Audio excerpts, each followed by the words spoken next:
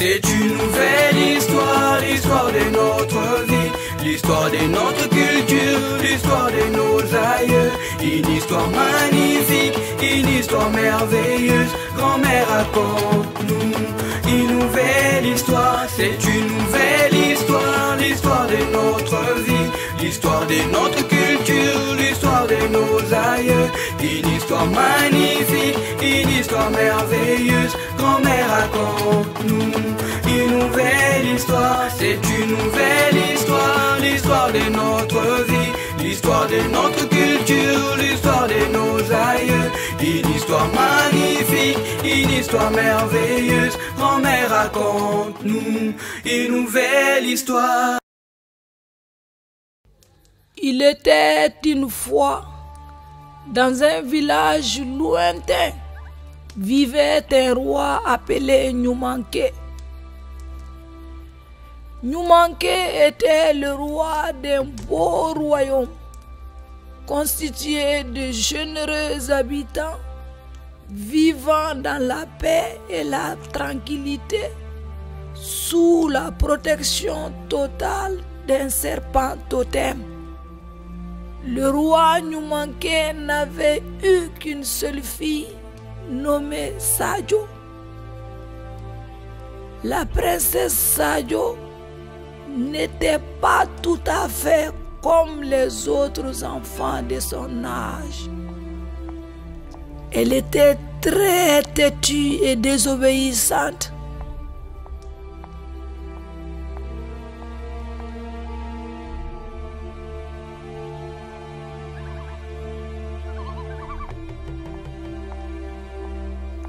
Et aussi très curieuse.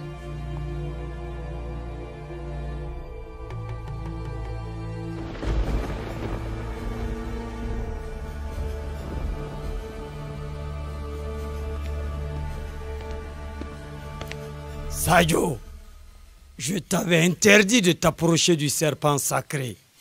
Oh!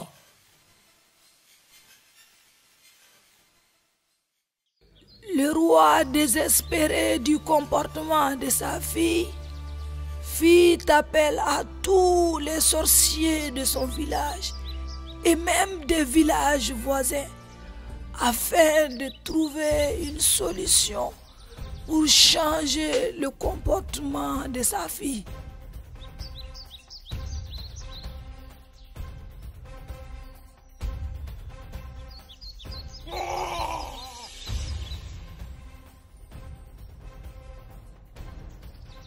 Mais hélas, les enfants, tout cela ne servit à rien, car aucun d'eux ne put changer le comportement de la princesse Sajo.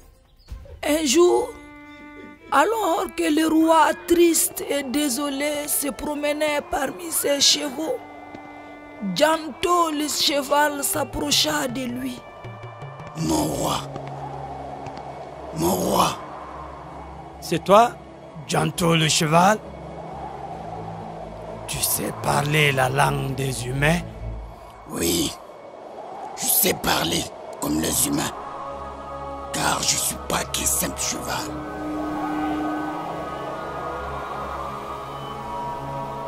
Mais qu'y a-t-il donc, Janto? Pour que tu me parles, tu m'as fait peur. Mon bon roi, excusez-moi de vous avoir fait peur. Je sais que vous êtes désespéré à cause du comportement de votre fille.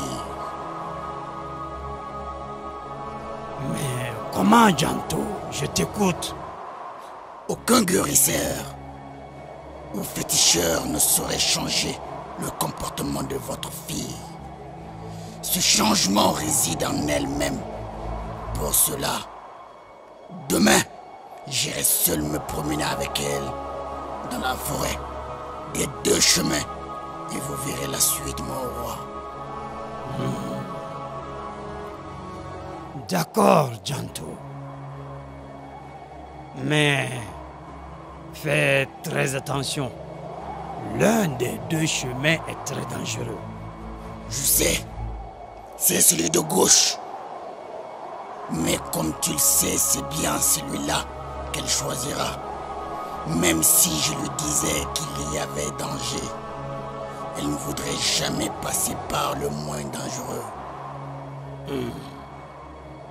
Tu as vraiment raison, Janto.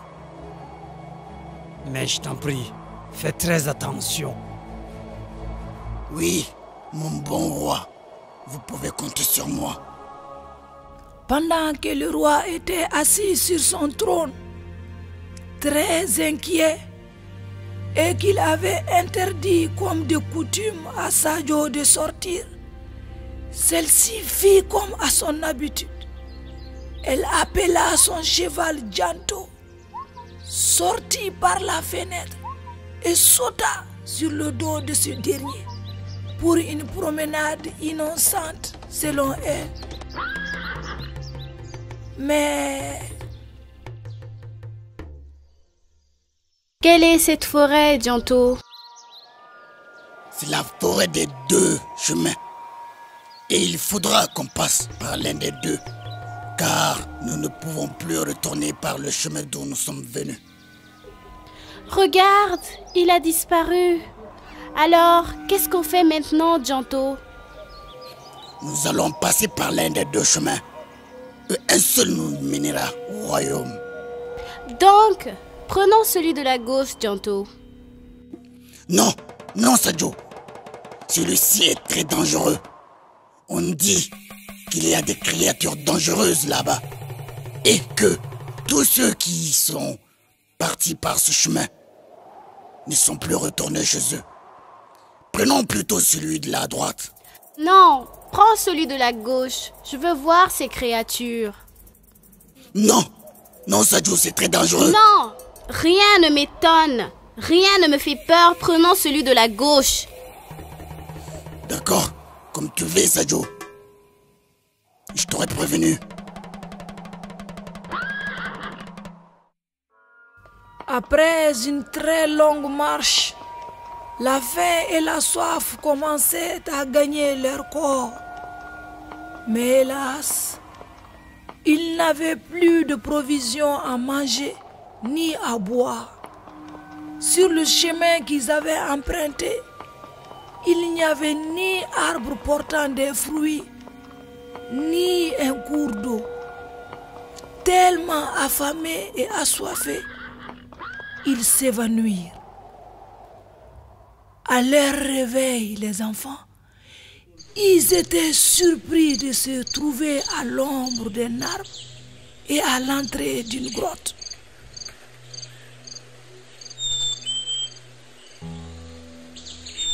Où sommes-nous? Et vous, qui êtes-vous? Nous vous avons trouvé sur notre chemin et nous vous avons amené là. Nous savons qui vous êtes, princesse, et nous vous prions d'accepter notre hospitalité. Voici le meilleur cuit de notre garde-manger. Régalez-vous, car vous êtes tous affamés et affaiblis.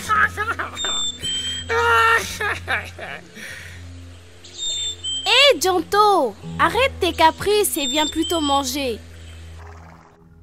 Après avoir mangé et bu, Sadio demanda la route. À sa grande surprise, les trois hommes lui demandèrent de les attendre, car ils avaient un cadeau pour elle. Et Janto dit à la princesse Sadio: Sadio, mon ami et ma princesse, aussi capricieuse, têtue et désobéissante que tu sois, je te conseille qu'on s'en aille le plus vite possible. Sinon, tu verras plusieurs choses qui t'étonneront dans ce monde. Ces trois hommes qui sont entrés dans la grotte ne sont pas des humains. Ce sont des monstres. S'ils sortent et qu'ils nous trouvent ici, ils nous dévoreront. Et tous les deux. Donc, nous ferons mieux de nous en aller d'ici avant qu'ils ne sortent. Car moi, je n'ai pas envie de les voir sous leur véritable apparence. Allez vite, Sadio. Enfuons-nous d'ici. Non! Qu'as-tu dit? Je ne partirai pas d'ici sans voir ces monstres sous leur véritable apparence. Sadio, ne joue pas à la fille capricieuse et têtue. Viens! Viens, Sadio! Non! Non et non! Donc, si tu es prête à mourir, moi je ne suis pas prêt. Je me sauve encore une dernière fois, Sadio. Viens! Pas question! Que Dieu te garde, ma princesse. Aussitôt que Janto fut parti, on entendit un bruit effroyable venant de la grotte. Les trois hommes s'étaient métamorphosés en d'effroyables monstres. L'un d'eux s'était transformé en un tigre à 2 têtes, un autre en un python à 2 têtes, et le dernier, les enfants, le dernier en un caïman à 3 têtes et 6 pattes. En voyant donc les 3 hommes sous leur véritable apparence, la princesse Sadio s'enfuit en appelant Janto au secours. Janto! Janto!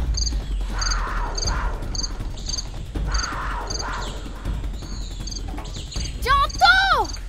Janto! Janto! Mon ami, s'il te plaît, reviens me chercher. Je promets de ne plus être curieuse et têtue. Je t'en prie. Reviens, s'il te plaît.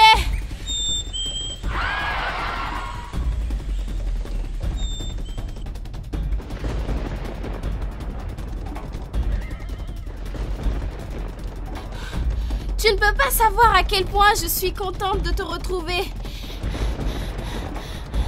Mais s'il te plaît, va plus vite avant qu'on ne leur serve de repas. Je fais ce que je peux, princesse.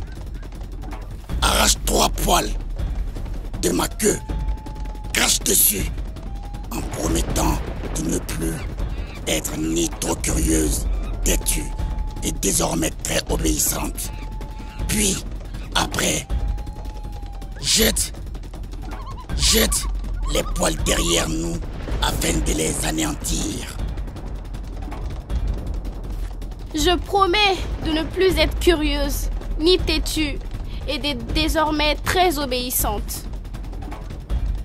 Je promets de ne plus être curieuse, ni têtue, et d'être désormais très obéissante. Je promets de ne plus être curieuse, ni têtue, et d'être désormais très obéissante.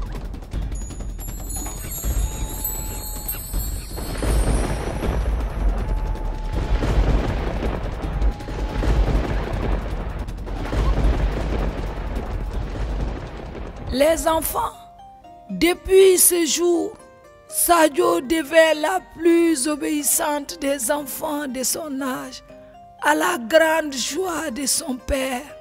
J'ai toujours fait des bêtises et désobéir à ma mère. Je promets qu'à partir d'aujourd'hui, je serai aussi sage que Sadio l'est devenu. Au lieu de me le promettre à moi, va le dire à ta maman. Cela lui fera plaisir. Maintenant, il se fait tard, les enfants. Allez-y vous coucher.